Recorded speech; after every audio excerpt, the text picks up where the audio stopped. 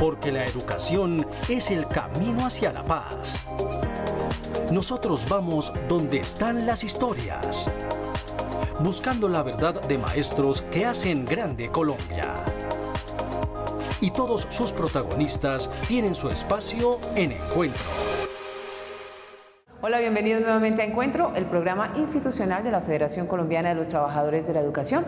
Hoy nos encontramos desde el Museo de Arte Contemporáneo de Bogotá y desde aquí invitamos a nuestros televidentes para que disfruten de la exposición temporal titulada TREX, que estará dispuesta para ustedes hasta el próximo 19 de julio. Mi nombre es Omaira Morales y aquí les presento un avance de los temas que trataremos a continuación. Pese a que el decreto 1655 del 2015 reglamentó la seguridad y salud en el trabajo para los educadores del país, 3 años después el Gobierno Nacional aún no lo ha implementado. En la más reciente edición de la revista Educación y Cultura se analiza la pedagogía como resistencia a las políticas impuestas por el gobierno al sistema educativo. Que reine la impunidad y la no reparación parecen ser los objetivos del Centro Democrático para obstaculizar la aprobación de la JEP en el Senado. Y a la mala prestación del servicio médico asistencial para el magisterio colombiano, y hay que sumarle otro problema, y es que el Gobierno Nacional no ha implementado de manera adecuada el tema de la seguridad y la salud en el trabajo para los y las maestras del país. Después de que la Federación Colombiana de Trabajadores de la Educación logró que el Ministerio de Educación firmara el decreto 1655 el 20 de agosto de 2015, en el cual se reglamentaba el artículo 21 de la Ley 1562 de 2012, que hace referencia a la seguridad y salud en el trabajo para educadores y directivos, se han presentado una serie de inconvenientes respecto a la certificación de accidentes laborales y la clasificación de discapacidades y enfermedades. Se dio inicio a los nuevos contratos de salud. Se avanzó en los nuevos contratos en materia económica de atender el accidente laboral y pues todo lo que tiene que ver con la incapacidad de un maestro que se accidente dentro del lugar de trabajo, pero el gobierno no ha reglamentado como tal lo que tiene que ver con las valoraciones para ingreso de los maestros. Por esta razón, FECODE decidió tomar cartas en el asunto y denunciar al gobierno ante los entes de control. Adicionalmente, en el último Consejo Directivo del Fondo Nacional de Prestaciones Sociales del Magisterio, se entregó un concepto, el cual aún no ha tenido una respuesta clara frente a la problemática de salud que tienen los maestros. Va a ser un mes que hicimos entrega de este concepto en una sesión del Consejo Directivo del FOMAC, y en su esencia el concepto lo que establece es que si el gobierno dispuso de unos recursos en la vigencia de 2018, que así lo hizo, de un valor de 22.000 millones de pesos para poner en marcha la seguridad y la salud en el trabajo, que si están los recursos se puede hacer un otro sí a los contratos de salud. Por ahora, la fiduprevisora asegura que en el contrato actual de los prestadores de servicios de salud no se tuvo en cuenta incluirles el tema de seguridad y salud en el trabajo, ya que no habían cumplido con todos los requisitos que exige el decreto 1655, por lo que se debe buscar otros operadores de servicios. El concepto precisamente ratifica que no se puede hacer la contratación con los mismos operadores, que tenemos que buscar unos terceros operadores. Entonces, en este momento, lo que hemos venido haciendo es completando lo que llamamos estudios previos para la contratación, que implica hacer un estudio de mercado. Mientras la fiduprevisora asegura que se está buscando a las nuevas empresas prestadoras de salud, FECODE afirma que el próximo martes 3 de julio se reunirá con la ministra de Educación, Janet Gija, a quien cuestionarán por el incumplimiento de los acuerdos en materia de seguridad y salud en el trabajo. Y la Central Unitaria de Trabajadores CUT llevará a cabo la próxima semana su Junta Nacional, escenario propicio para ultimar los detalles de la realización de las elecciones para el Comité Ejecutivo que se llevará a cabo el próximo 21 de septiembre. La Central Unitaria de Trabajadores informó a través de esta circular que aplazó su Junta Directiva Nacional para el próximo 4 y 5 de julio en el auditorio de la Federación Colombiana de Educadores en Bogotá. La fecha inicial estaba programada para el 21 y 22 de junio. De acuerdo con la CUT, en la Junta se definirán los últimos detalles sobre las elecciones que se realizarán el próximo 21 de septiembre para seleccionar el Comité Ejecutivo Nacional, subdirectivas departamentales y la elección de delegados para el 7º Congreso de la CUT. En primera instancia, creemos que se debe prolongar unos días el plazo para la inscripción de listas de los candidatos a la nacional y a las subdirectivas. Y en segunda instancia, esta Junta Nacional debe considerar el tema de realizar las elecciones de forma tradicional o electrónica. El pasado 31 de mayo terminó el censo sindical de todas las organizaciones filiales, proceso que garantiza la participación directa de todos los afiliados a la central en este proceso democrático. Hoy la CUT tiene uno de los sistemas para acceder a todo tipo de información más desarrollados del movimiento sindical. Los formularios para la inscripción de los candidatos se pueden bajar por la página web de la CUT. El censo se puede mirar por la página web de la CUT. También podemos mirar quién está al día en los aportes económicos a la central.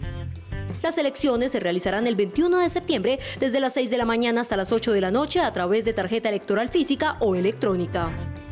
Para el caso de los candidatos al Comité Ejecutivo Nacional de la CUT, los requisitos, pues además de los normales de ser afiliado a un sindicato y estar vinculado a una de las empresas activamente, es haber estado como directivo tanto de un sindicato o de las subdirectivas de la CUT en los departamentos o a nivel nacional. Dentro de los nuevos retos que tendrá el nuevo Comité Ejecutivo de la CUT estará definir un plan de acción para enfrentar al gobierno del presidente electo Iván Duque. Y el fiscal de la Federación Colombiana de los Trabajadores de la Educación, a esta hora, el profesor William Velandia, le habla a los maestros y a las maestras que nos sintonizan.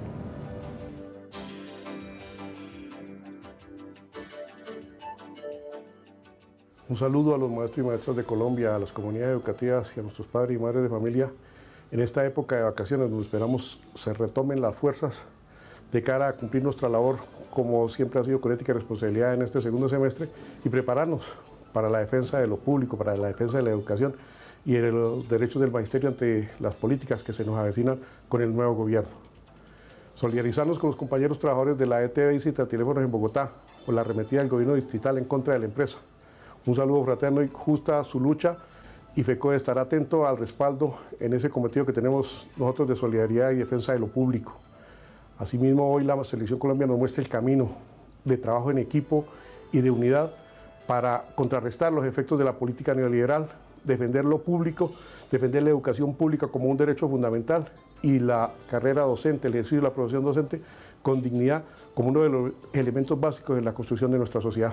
Esperamos ese llamado al gobierno saliente para que se cumpla lo acordado en la mesa de negociación en el año 2017 y que decretos pendientes como el de bonificación, como el de normales, como el reajuste de la 1655, con las modificaciones que desde FECODE se presentaron y todos los demás elementos que hacen parte de la mesa de negociación, se cumplan a cabalidad, que la palabra empeñada tenga la realidad que hoy los trabajadores esperamos, porque nosotros cumplimos a satisfacción con los compromisos que habíamos adquirido y por eso el llamado es a que este gobierno antes de irse tenga la capacidad y la entereza de cumplir la palabra empeñada y de hacer realidad lo que siempre hemos dicho los maestros, la defensa de la educación pública como un elemento fundamental y la dignificación del ejercicio docente base para la cualificación en la prestación del servicio educativo que espera la niñez y la juventud de este país.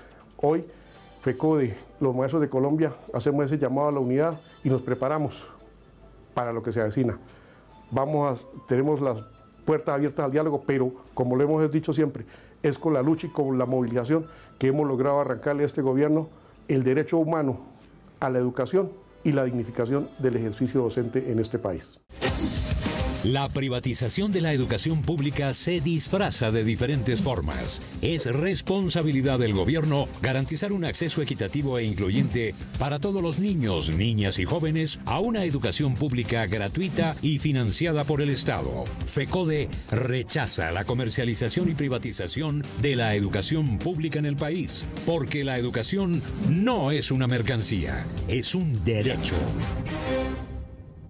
Y el país se prepara para el próximo 26 de agosto votar la consulta anticorrupción, un mecanismo de participación ciudadana que, de ser aprobado por la mayoría, 15 millones de colombianos, que son los votos que se requieren para salir avante, reduciría de manera considerable el nivel de corrupción en nuestro país.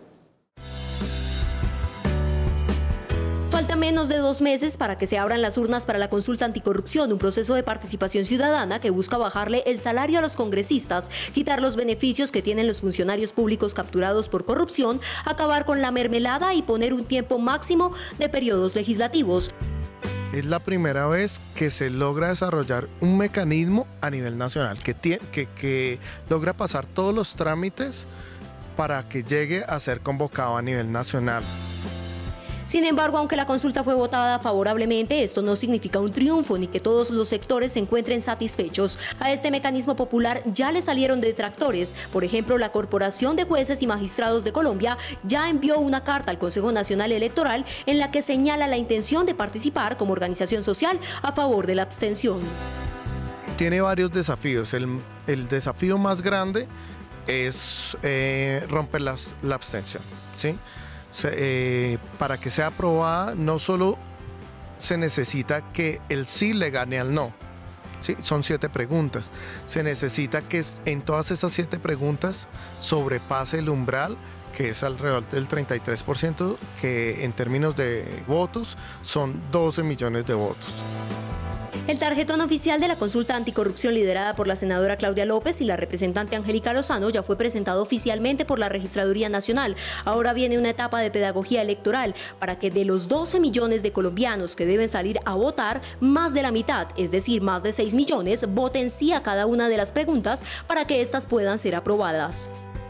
Diseño del tarjetón pues tiene 7 preguntas, ¿sí? Entonces las personas deben votar 7 veces y ahorita lo que nos viene es un periodo de pedagogía electoral porque el elector, uno cree que no, que como acá votamos todo el tiempo, pues entonces la gente sabe votar. La senadora Claudia López aseguró que la iniciativa podría llegarle a costar al país entre los 40.000 y 100.000 millones de pesos. Sin embargo, recalcó que el Congreso le roba actualmente al país 50 billones de pesos al año. Y al mejor estilo, el presidente Santos le incumplió una promesa de campaña a los pensionados que era reducir del 12 al 4% su aporte en salud. Una jugada que demuestra el quehacer durante 8 años con el sector social. Con una votación de 7-1, los magistrados de la Corte Constitucional frustraron la promesa de campaña de Santos de reducir el aporte en salud a los pensionados del 12 al 4%. Y decimos promesa porque Santos en campaña firmó un acuerdo con las centrales obreras para sacar avante una ley que beneficiara a la población de la tercera edad y en su mayoría vive de manera exclusiva de este recurso, que con este pago termina afectando su calidad de vida. El proyecto de ley correspondiente fue aprobado por todos los partidos en el Congreso de Colombia. Y sin embargo, el presidente de la República, incumpliendo su palabra, objetó el proyecto. Por eso llegó a la Corte Constitucional, porque el Congreso insistió en cuanto a las objeciones por inconveniencia. Llega a la Corte Constitucional y la Corte Constitucional también se equivoca en el análisis del tema. El presidente Santos, en su mejor estilo, le incumplió a los más vulnerables, la población de la tercera edad que le apoyó en su gobierno. Ahora señala a la Corte como responsable, pero fue él y el ministro de Hacienda quienes objetaron el proyecto 170 del 2016 por considerar que era una carga presupuestal que no se podía soportar. 3 billones de pesos al año. Inexactitudes en ese fallo y que la Corte Constitucional desconoció que había sí un apoyo gubernamental, que no se trataba de una exención. La Corte cree que hubo una exención en materia tributaria. Esto no es cierto. Se trata de aportes para salud.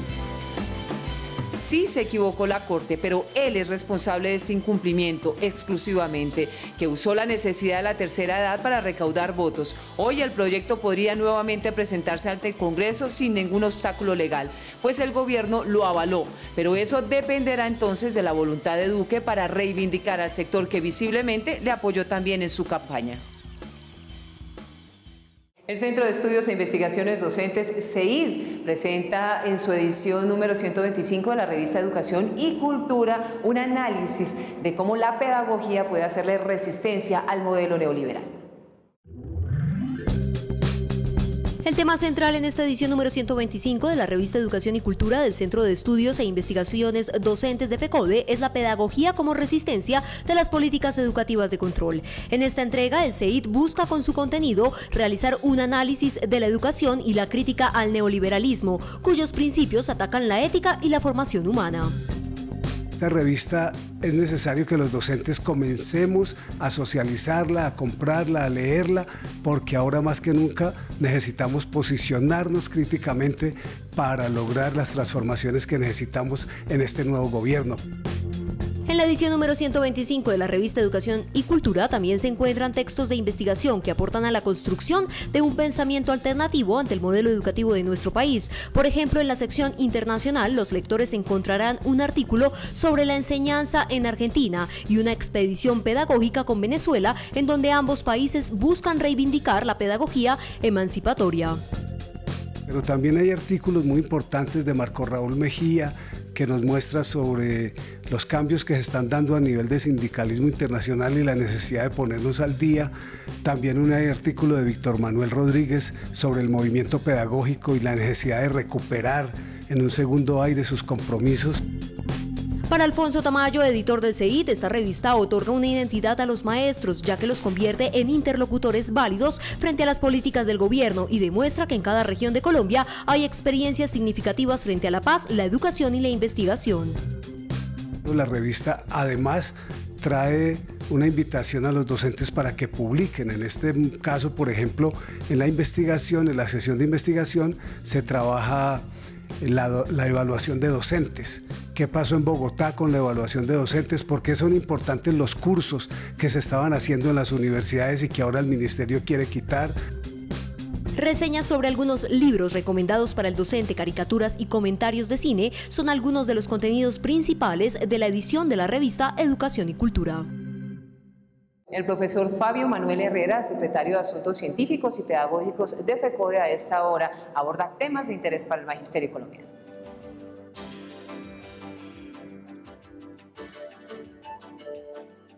Dice un viejo refrán popular que lo que inicia mal termina mal.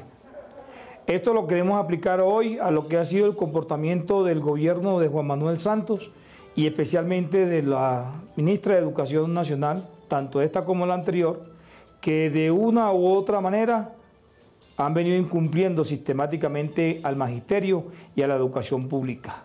Al momento de partir, deja una gran incertidumbre con el cumplimiento de los acuerdos, no avanza el pago de las deudas, se inventaron unos formatos que ni siquiera han sido diligenciados en los departamentos y con base en eso hoy mantienen retrasado, durmiendo una deuda desde el 2010 y anterior al 2010, incluyendo situaciones como el departamento del Magdalena, donde los recursos están en una cuenta esperando la autorización y aún así no hay solución para que se le paguen estos recursos a los maestros que están esperando sus retroactivos de ascenso desde el año 2010 y hacia atrás. Lo mismo sucede en otros departamentos. Todas las deudas están represadas, sustentadas en un estudio, en una comisión que no resuelve absolutamente nada. Por otro lado, se han venido birlando en las mesas de trabajo para darle solución al tema de las primas territoriales y especialmente la prima de antigüedad del municipio de Valledupar.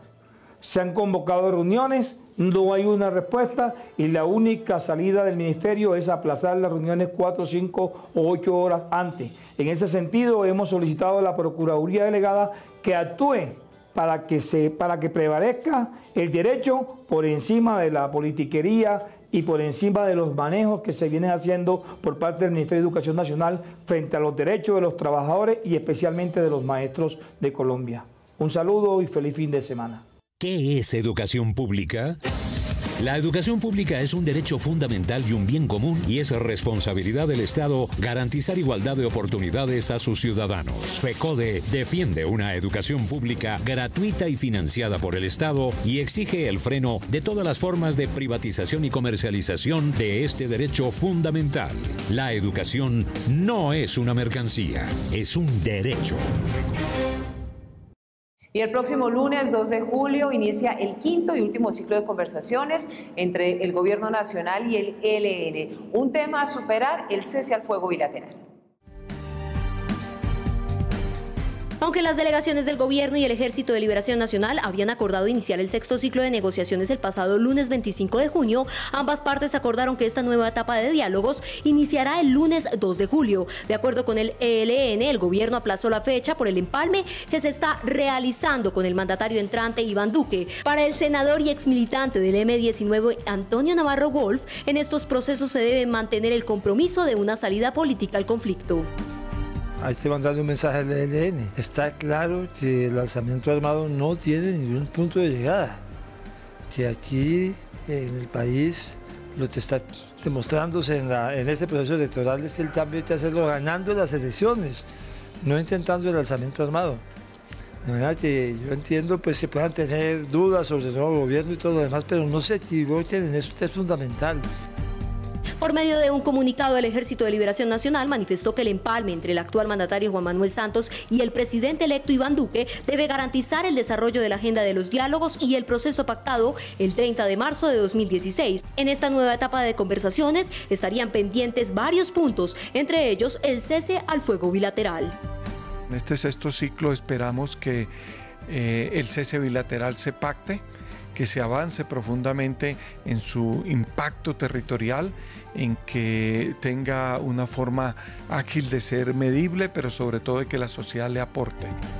Desde que iniciaron los diálogos el 7 de febrero de 2017, ya se han discutido temas en la mesa como democracia para la paz, la reparación para las víctimas y la participación en la sociedad. Este sexto ciclo se enfocará en las garantías para el ejercicio de la acción política. Por ahora, el Ejército de Liberación Nacional espera que antes de que culmine el gobierno de Juan Manuel Santos, se logre un acuerdo previo que garantice el éxito de las conversaciones.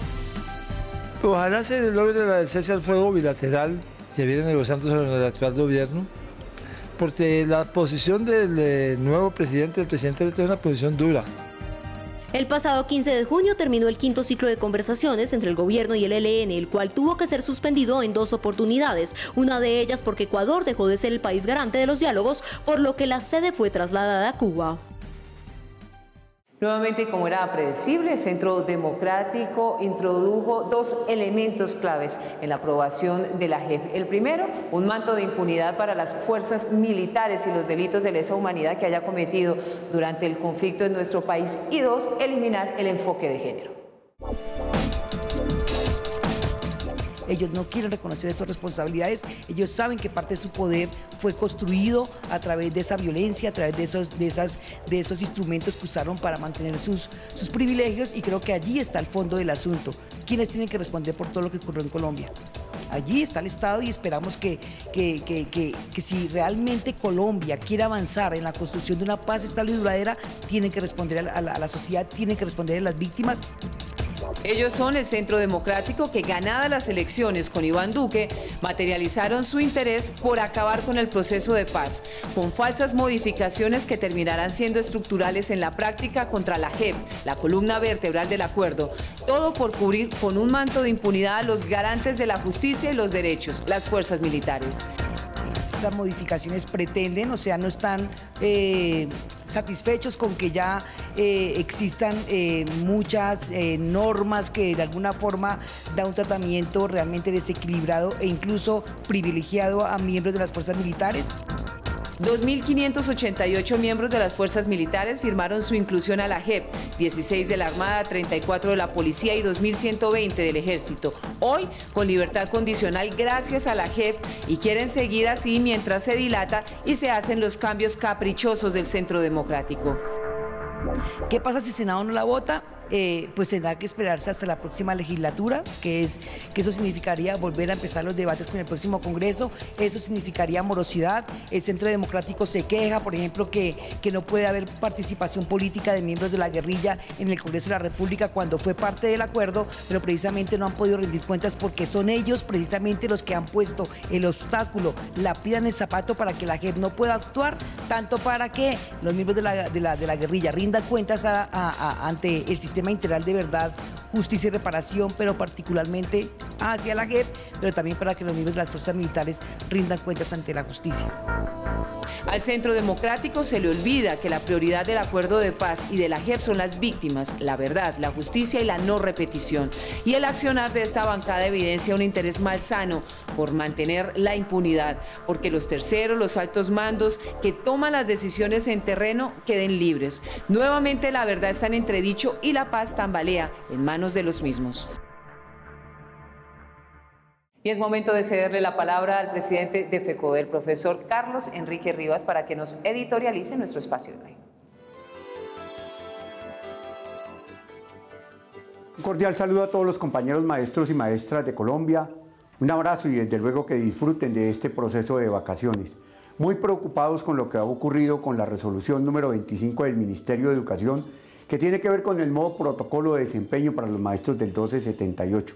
Aquí están atentando contra la estabilidad laboral, aquí están atentando contra la calidad de la educación, aquí está el gobierno abusando en complicidad con la Comisión Nacional del Servicio Civil, que quieren hacer de la evaluación de desempeño indiscutiblemente un proceso para afectar a los compañeros docentes del decreto 1278. Le están pidiendo a cada uno de los entes territoriales que deben de elaborar unos actos administrativos para hacer la convocatoria a una evaluación de desempeño que va a ser mucho más crítica y preocupante. No puede decir el gobierno nacional que esa evaluación que pretenden hacer es para resolver temas tan importantes como lo que tiene que ver con la formación de los maestros. Mentiras, miente el gobierno nacional y miente el gobierno nacional, sobre todo desde el Ministerio de Educación, porque no han convocado a la tercera cohorte para que los maestros se puedan ascender y desde luego los maestros puedan mejorar desde el punto de vista económico.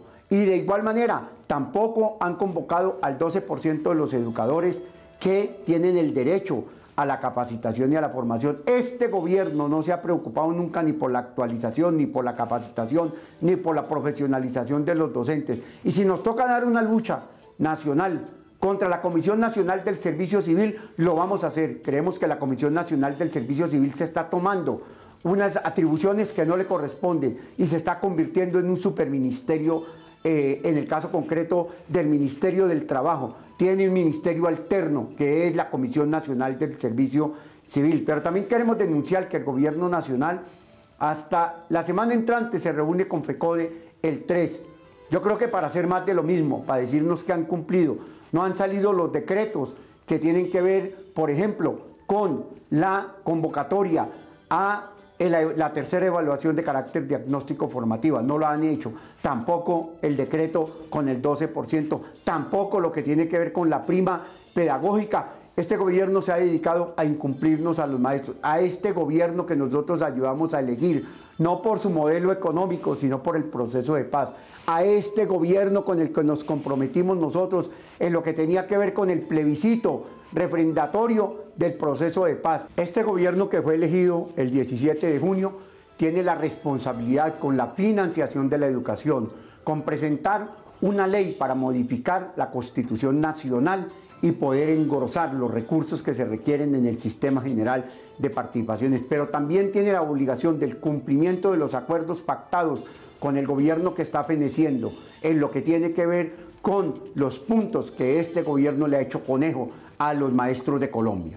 Un feliz fin de semana para todos y todas y que pasen este resto de vacaciones de la mejor manera posible.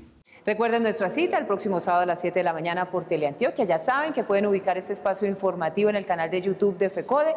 Pueden interactuar con la oficina de prensa a través del WhatsApp 310-673-9655. Y si quieren estar pendientes de la información que sale de la Federación, pues estar atentos a las redes sociales. Gracias por su compañía y como siempre, nos vemos en 8 días en Encuentro. Hasta luego.